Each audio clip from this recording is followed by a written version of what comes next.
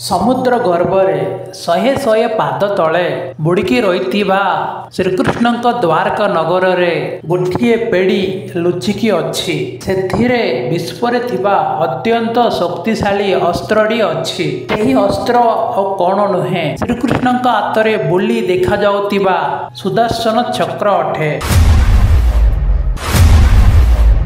श्रीकृष्ण यही भूलोक छाड़ी गला परे सही सुदर्शन चक्रटी द्वारका नगर रे कोठी लुचैकी रखुछंती बोली समस्ते विश्वास करुछंती। सही शक्तिशाली आयुध द्वारका नगर सहित समुद्र गर्भरे बुड़िकी अच्छी बेली समस्ते विश्वास करुछंती। गोटिए महासभारे हजार हजार राज्य मानक मझिरे शिशुपाल बोली जड़े राजा बड़ बड़ पाटी खरी मन इच्छा कथा होई दुर्भाषा व्यवहार करी कथा होतिला। सही कथा सुनी देखी श्रीकृष्ण शांति रे से अनेस्पत 10 कला पर्यंत शांति रे किछि न खई देखुतिला। से केबे 110 कला सेथले श्रीकृष्ण रागिकी उठी दुर्भाषा बंद कर बेली खइला। सेही समय रे सेही सभाटी उज्ज्वलित होई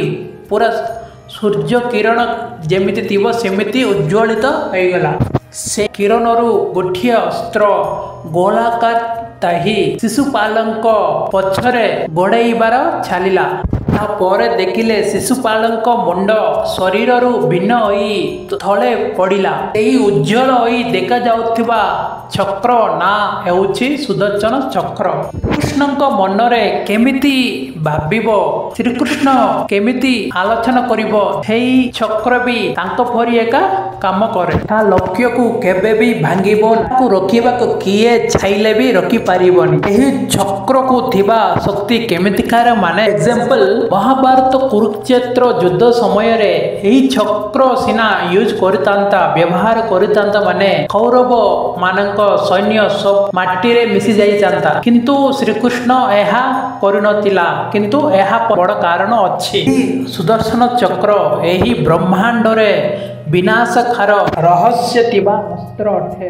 एही चक्र विषय रे एबे अधिक लोक जानि न तांती। अनेक लोक कौन ए चक्र माने जानि न तांती। हेले एही सुदर्शन चक्र श्रीकृष्ण पाखक केमिति आसिला एहा केमिति सृष्टि हैला एहा एते शक्तिशाली केमिति हैला। एहा एबे भी द्वारका नगर रे समुद्र गर्भ रे एबे भी एबे मध्य बुड़िकी रहिछि कि एहा सब आमे एही वीडियो रे देखिबा। ध्यान देई पूरा वीडियो देखंतु। वीडियोटा इंटरेस्ट थिबो आपण में दया करी गुटे सब्सक्राइब और लाइक गुटे कर दियंतु। माने भाबिला परी श्रीकृष्ण भगवान मात्र नुहे तांका अन्य रूप विष्णु मूर्ति अवतार तांका पक्कारे अद्भुत शक्ति अछि अस्त्र अछि। सेही अस्त्र यूज करी ब्रह्मांडर थिबा नियम गुडको भी चेंज करा जाई परिबो करि देबे। अस्त्र व्यवहार करी सूर्य को भी दिन को भी राति करि परिबो ताको पाकरे एमतिका अस्त्र मानकु गोटिए एग्जांपल दउछि। महाभारत कुरुक्षेत्र युद्ध समय रे 14 दिन समय सूर्य अस्त पूर्वरु जयद्रथंको मु न मारिले सूर्य अस्त पूर्वरु मु अग्नि रे डेई पड़ी बेली अर्जुन शपथ कला।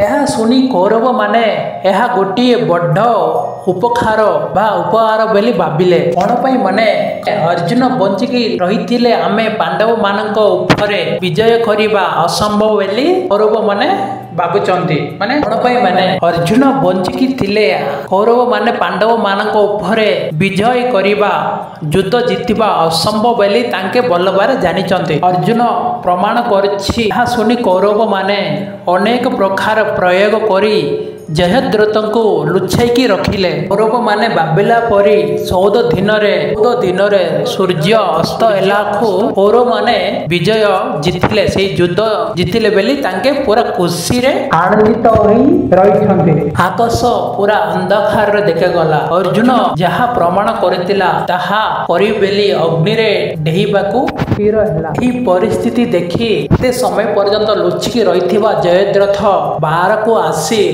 अर्जुन को देखी हसिला। बड़ समस्या थिबा अर्जुन तांको रास्तारू बाहरी जाउची बेली कौरव माने वो जयद्रथ बहुत आनंद रे ଆସିକି ଅଛନ୍ତି। କିନ୍ତୁ ସେହି ସମୟରେ ଏହି ଭାବି ନଥିବା ଭଳି ଗଣିତରେ ସୂର୍ଯ୍ୟ ବିକଶିତ ହେଲା। ଅନ୍ଧକାରରୁ ଉଜ୍ଜ୍ୱଳିତ ହୋଇ ସୂର୍ଯ୍ୟ ବିକଶିତ ହେଲା। ସହ ସମ୍ବନ୍ଧ ନଥାଇ ସୂର୍ଯ୍ୟ ପୁଣି ବିକଶିତ ହୋଇ ଆକାଶ ଉପରକୁ ଆଉଥରେ ଆସିଲା। ଏହି ଅଦ୍ଭୁତକୁ କାରଣ ସୁଦର୍ଶନ ଚକ୍ର। କ'ଣ ପାଇଁ ମାନେ ଶ୍ରୀକୃଷ୍ଣଙ୍କ ଆଜ୍ଞାରୁ ଏହି ଚକ୍ର ଦିନ ବେଳେ ହିଁ ସେହି ଚକ୍ର ସୂର୍ଯ୍ୟଙ୍କୁ ଆଗୁଳିକି ଦିନକୁ ରାତି କରାଯାଇଥିଲା। ଦେଖି ଅର୍ଜୁନ ଏହା ଭଲ ସମୟ ବୋଲି ଜୟଦ୍ରଥଙ୍କୁ ଅର୍ଜୁନ ବିନାଶ କରିଦେଲା। ଆପଣମାନେ ଆଶ୍ଚର୍ଯ୍ୟ ହେବାର ଗୋଟିଏ କଥା, ଏହି ସୁଦର୍ଶନ ଚକ୍ର ଅସ୍ତ୍ର ନୁହେଁ, ଏହା ଶ୍ରୀକୃଷ୍ଣ ମହାବିଷ୍ଣୁଙ୍କ ଗୋଟିଏ ଭାଗ। କେବେ ତାଙ୍କ ସହିତ ହିଁ ଥିବ, ତାଙ୍କ କଥା ହିଁ ଶୁଣିବ। ତାହା ଉପରେ ପ୍ରୟୋଗ କଲେ ତାଙ୍କର ମରଣ ସମ୍ଭବ। ହେ ଭୟଭୀତ ହୋଇ କେଉଁ ଯୁଗରେ କେଉଁ କାଳରେ ବି ଲୁଚିକି ରହିଲେ ବି ବା କେଉଁ ଡାଇମେନସନ୍ ଯାଇ ଲୁଚି ରହିଲେ ବି ସିଡ଼ିକି ସୁଦର୍ଶନ ଚକ୍ର ଯାଇ ସେମାନଙ୍କୁ ବିନାଶ କରି ପୁଣି ଫେରି ଆସିବ ଶ୍ରୀକୃଷ୍ଣଙ୍କ ପାଖକୁ। ସେଥିପାଇଁ ଶ୍ରୀକୃଷ୍ଣଙ୍କ ସୁଦର୍ଶନ ଚକ୍ରକୁ ଋଗ୍ବେଦରେ କାଳ ଚକ୍ର ବୋଲି କୁହାଯାଉଛି। ସୁଦର୍ଶନ ଚକ୍ର ସେହି ପଦଟି ସଂସ୍କୃତିରୁ ଆସିଅଛି। ତାହାର ଅର୍ଥ ଶୁଭ ଦର୍ଶନ। ଏବଂ ଏହି ସୁଦର୍ଶନ ଚକ୍ରଟି କେମିତି ତିଆରି ହେଇଛି, ଏହି ସୁଦର୍ଶନ ଚକ୍ର କେମିତି ତିଆରି କରାଯାଇଛି ମାନେ ହିନ୍ଦୁ ଶାସ୍ତ୍ର ପ୍ରକାର ଦୁଇଟା କାହାଣୀ ଅଛି। ପ୍ରଥମଟା ବିଷ୍ଣୁ ପୁରାଣ।